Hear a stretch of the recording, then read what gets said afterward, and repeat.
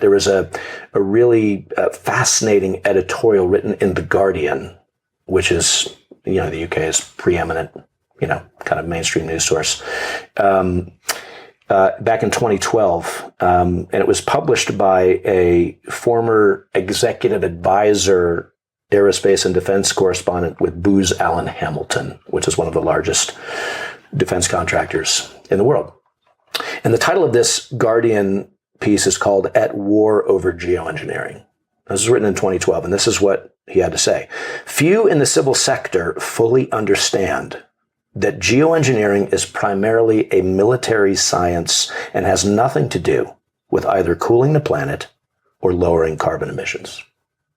While seemingly fantastical, weather has been weaponized. At least 4 countries, the United States, Russia, China, and Israel, possess the technology and organization to regularly alter weather and geologic events for various military and black operations, which are tied to secondary objectives including demographic, energy, and agricultural resource management. And he finishes by saying, Matt Anderson, indeed, warfare now includes the technological ability to induce, enhance, or direct cyclonic events, earthquakes, drought, and flooding, including the use of polymerized aerosol viral agents and radioactive particulates carried through global weather systems.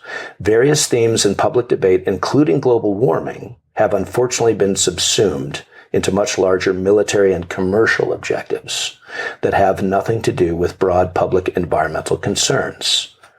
Last sentence. These include the gradual warming of polar regions to facilitate naval navigation and resource extraction.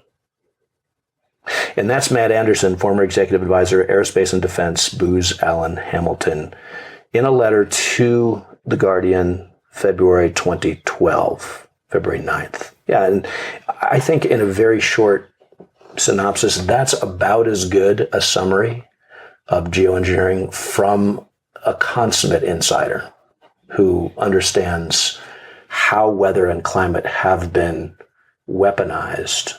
And this has been going on, as you mentioned, Michael Murphy's films and Dane Widgington and Jim Lee and others. There is a history to weather and climate modification, and it goes back in modern times 100 years to the